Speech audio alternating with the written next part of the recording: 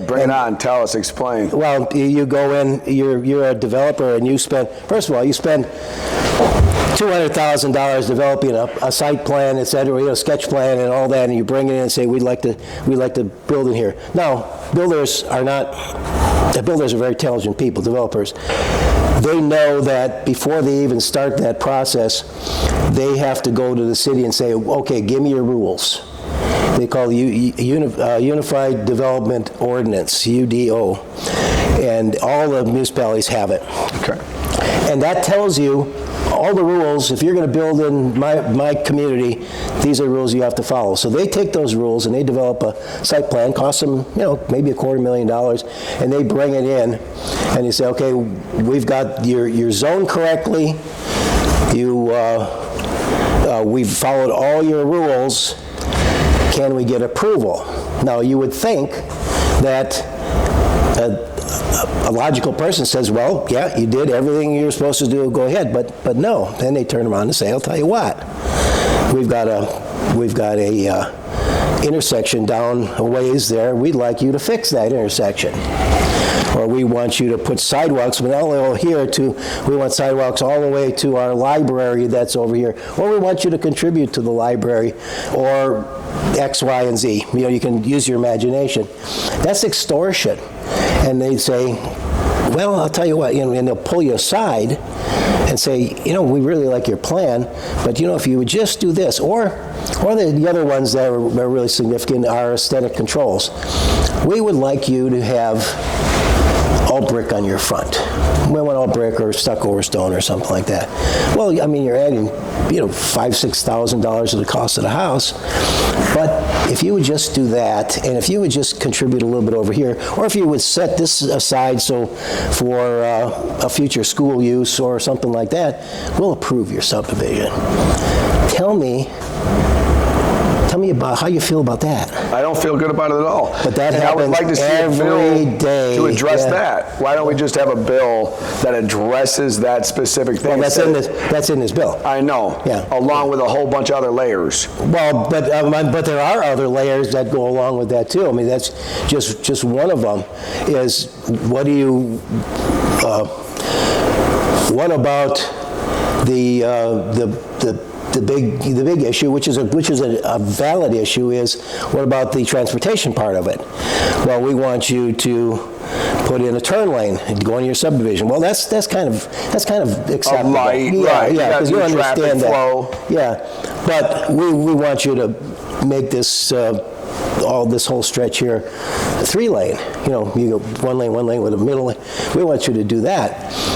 All that stuff adds more onto the cost of the house. So now you've got a house that you've got to raise up $20,000 or $30,000 to go ahead. And then of course, there's always the issue of impact fees. What they are. Impact fees. Yeah, somewhat, but please. Well, okay. Impact fee was developed, an idea that said that if you're going to build a subdivision with bringing houses into our community, that subdivision impacts a lot of other things than just the peripheral. Utility, school, road. Well, yeah, other than that, it says, well, we're going to have to eventually improve our fire station. We're going to, we'd like a new town hall. We'd like some parks, all that stuff. They aren't set up to where that subdivision funds the whole thing, but the impact fee was a fee on an individual lot that said we will contribute to that, and they ended up being thousands of dollars. I mean, you're looking at $20,000-$30,000 on a lot, and there's no limit. Believe me, local government has no limit on that. So somebody sued, and this was a while back before I got involved, but somebody sued, and the North Carolina Supreme Court ruled that impact fees are illegal. They are imposing a tax on people. That a tax is supposed to be kind of a proportional assessment to everybody 100%. Versus a fee, which like is Eli Lilly. Yeah. Versus a fee that's specific. You pay a fee to bring your water meter set. Okay, that's it. So what they're doing is basically taxing this one group, which are the people who are building and buying the homes. One group, so that everybody, whole community benefits. That was one of the things that, and people looked at builders and say, well, you did that. No, we did. That was North Carolina Supreme Court did that. Because if everybody does it, then it's all equal, right? But they were using impact fees on this subdivision, and how can you build this subdivision where they add on $20,000 on a lot, obviously another $20,000 on the price of the home, when over here they're building the same home for $20,000 less, just because this one had that impact fee fees added to it. It just doesn't work. It distorts the market. Well, if you're, yeah, so I mean, some of those things were taken out. And you know what?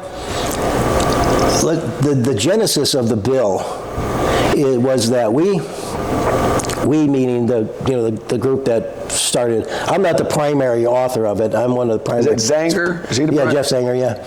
He's the one, he's responsible for making changes. I can't go to Bill and say, I want this changes. He has to do it. But we got together and we said, okay, let's research this. And this bill has been out for a month and a half. You got everybody fired up. Well, but the irony is that it didn't. In the beginning, it didn't. This isn't only a phenomenon that was for the last couple weeks. We went and we invited everybody that we could think of to the table. Say, okay, here's the bill. This is what we're trying to do. We've got thumbs up from a lot of the associations, like the Planners Association, the Association of Zoning Officials. Yeah, we like it. We've got, we went through, and Chris, we have a list of probably a third of a page of all the organizations that supported the bill. So, as a logical person, you would say, it's starting to sound pretty good. We've invited what's called the League of Municipalities and the County Commissions Association. League of Municipalities. Yeah. I'll explain that one if you want. No, yeah, I'm just taking a note so I can look it up. Well, those are lobby groups that represent, League represents cities. Okay. And the County Commissions Association represents counties. We invited them to the table. And the County Commissions Association came and said, yeah, okay, we like this bill, but there are a couple provisions that we didn't care for, so we took those out. League of Municipalities wouldn't even show up. They wouldn't show up at all. And we asked them, can you come? I've had, and they just refused to show up. So at this point, we're going, all right, well, maybe they're neutral. They won't give us any indication. So we go through the whole process. All these groups are supported. We have public meetings, and a couple people spoke against it, but the majority spoke for it. Okay. And so we said, okay, let's move forward. One of the other things of the structure of the General Assembly is that we don't have a lot of time to wait on bills long, to really kind of stretch it out. We have what's called crossover day. And crossover day means that all the bills that are written by the House members have to be through have to have passed the House and crossed over to the Senate. Senate has that same thing.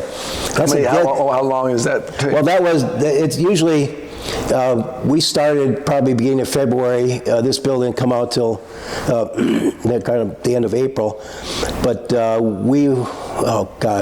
it was just last week. Last week was the end of crossover. Okay. We went through and ran all those through. But they not only have to go through the House, they have to go through all the committees. And we just didn't have time. And I've set up personally meetings with groups of mayors and county commissioners, et cetera, to talk about the bill, but we ran out of time, and it's a structure issue, so we had to move forward with what we had. Everything that we had, we moved forward. Now, the nature of bills are,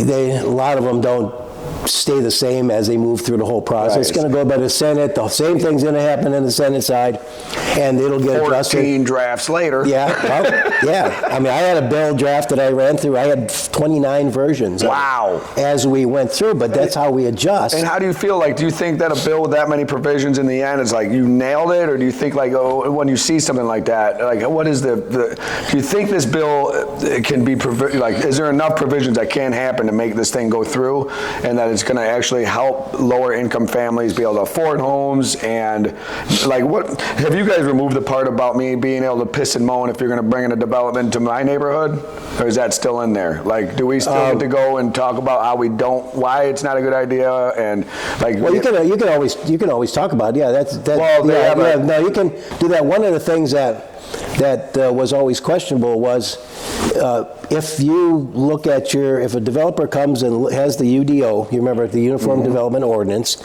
that is all the rules that the municipality has to what they want in theirs, and you follow that. Do you think we have a concept called by right? It means that if you follow all the rules, then you have by a right of, You played the game correctly. You played by the rules. You should have by right be able to get your go ahead to do that. And what was happening was that then a handful of people come and say, well, I don't like that subdivision. I don't like that, and so the council then will, if they're under enough political pressure, they'll say, well, we're going to deny it.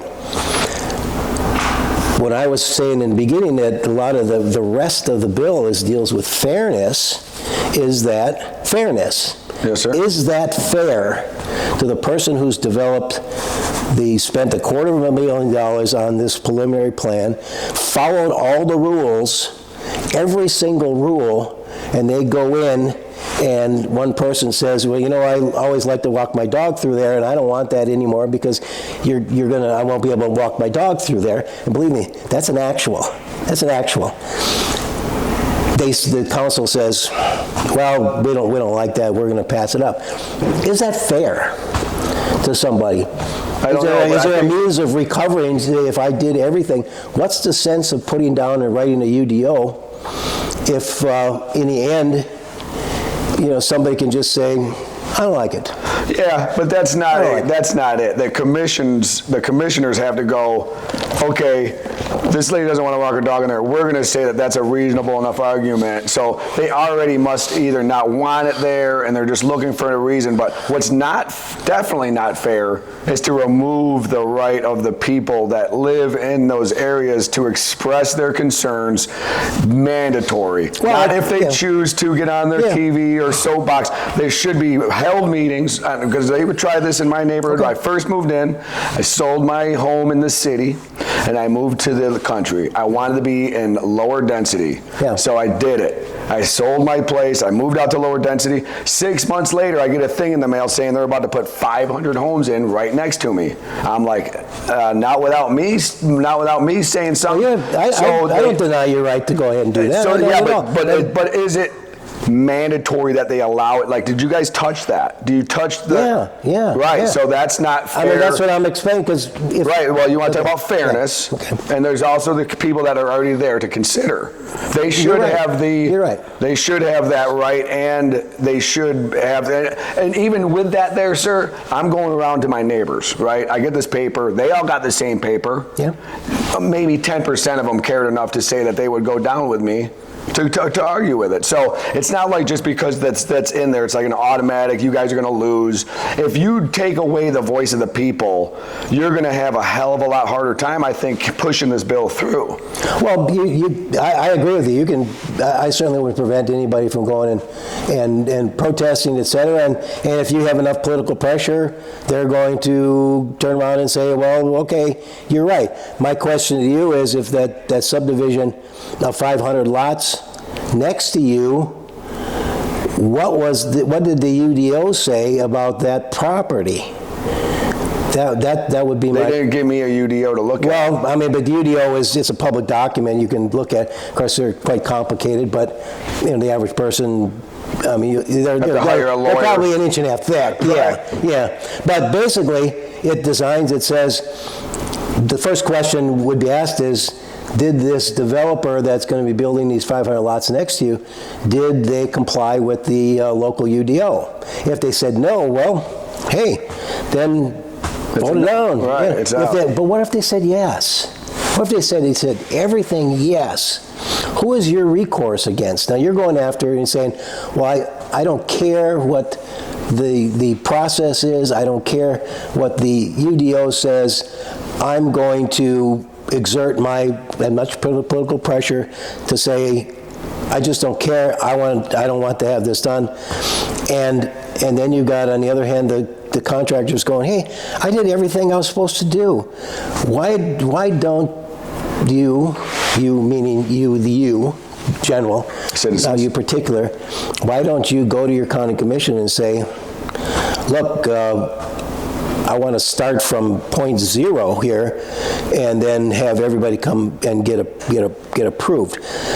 What's happening now, and because of that type of situation, is the local government has started zoning instead of I don't know what Cabarrus is. We call it an R40 is an acre lot, R20 is a half acre lot, but they rezoned everything conditional, meaning that we're not going to say what's going to go in there, and you can't follow the UDO because it really doesn't apply to a conditional. And so if the developer comes in and says, okay, here's what I want to do, and then the local government says, well, let's take a look, do we want to approve that? Then it's significant when people can come and say, no, I don't like this. But if you, and mind you, you elect the county commissioners or the town council to do those things.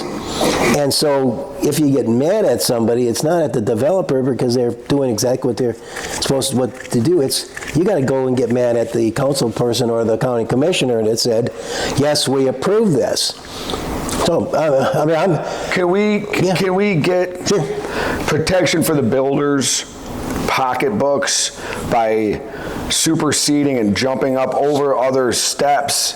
Like, will this neighborhood, will the people in this community be welcoming in this new, like if they're low density and we're going to switch it to high density, and there's going to be a zoning change. Right. And the people that are there, that have been there, like guys like me who, government doesn't like it when a flooring installer like myself ends up, blessed from the Lord directly, favor shines upon me every day, and I got something. I got 28 acres in Cabarrus County. I bought it for $400,000. A couple years later, I got my tax assessment for $9,000. Now, when I got the D.R. Horton plan for the 5 extra 100 houses that they were going to put in right behind me, 80 acres of forest to just homes, right? I got the site plan. I've seen D.R. Horton subdivisions. Yeah. How can we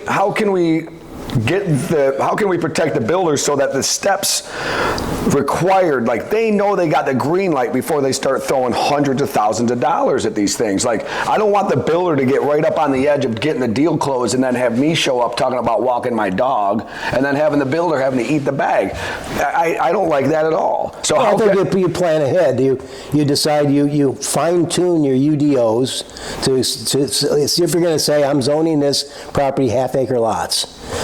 And you fine-tune your UDO to say, okay, in that half-acre lot zoning, we call it an R20, but whatever Cabarrus calls it, you have to do this, and this is very extensive. It says, I need 24-foot wide roads. I need curb. I'm going to do storm sewer. I need streetlights. If I'm going to put sidewalks down here, they're going to do that. If I'm going to have to set aside some property for open space, I mean, these UDOs go through these things, and you decide what that is. If the builder comes and says, okay, I'll match all of it, then by right, what we call, he or she has a right to go to the council and say, you have no reason to deny me because you set the rules, you wrote the rules, I followed the rules, and then you have no right to deny me. Now, they can still deny you, but then you're facing a lawsuit. But And who can? And then they hold you up in court for 6 months, and they go, "Oh, never mind. We're going to drop the lawsuit." Yeah. I get it. I'm not a fan of government, man. Guys, you just jumped in a whole other area, but that's it. And then of course, after a lawsuit, you get a lawsuit, and they spend $200,000 on a lawsuit for a subdivision of 100,000. That's $2,000 a lot. They got to add on to it to pay for legal fees. But if the builder knows, the developer knows ahead of time all the conditions that need to be done, then there's no excuse if the builder says, or he comes in and says, well, local people come and say, well, it says right here you have to do this, but you aren't. Well, I have no sympathy for a developer who doesn't want to follow the rules. What he agreed to. Yeah. But that's how it is. So as Cabarrus County develops, you have the citizens of Cabarrus County have the responsibility to contact your county commissioners and in turn their zoning department and say, set up your UDO. I want to make sure that we do this. I want to make sure that every one of these new projects has to go through a citizen review. Now, it's not an official thumbs up down, but citizens can come in and say what they want to say. I mean, that's fine. That's fine. If you decide we don't want to. The sign should be put up in the area, and the people should be made aware that this change is happening. Oh, sure. I don't want them to have to go search. It should be it's interesting you say that. Letters to their homes. Yeah, I mean, in Union County, now I live outside of City Monroe. We are on a dozen acres, and just down the street, maybe a quarter mile, was a big 600-acre solar facility going up. And I said, there ain't no way that thing's going to show up over here. So I'm in the same position you are. But the county commission had, the solar people had to apply for a zoning change. And so I stepped up and say, no, I mean, I don't care for solar facilities. But what made me think of it is you said a big sign. I proposed on one piece of legislation a while back that you have to have a big sign. It says future solar facility zoning meeting here, and of course it actually got voted down. Can you believe it? But transparency. But yeah, no. If there's proposed, but usually at that point they've gone through. Nobody's going to invest in a sign to hopefully get approval. They've already got approval. They're just doing it for information purposes now. Yeah.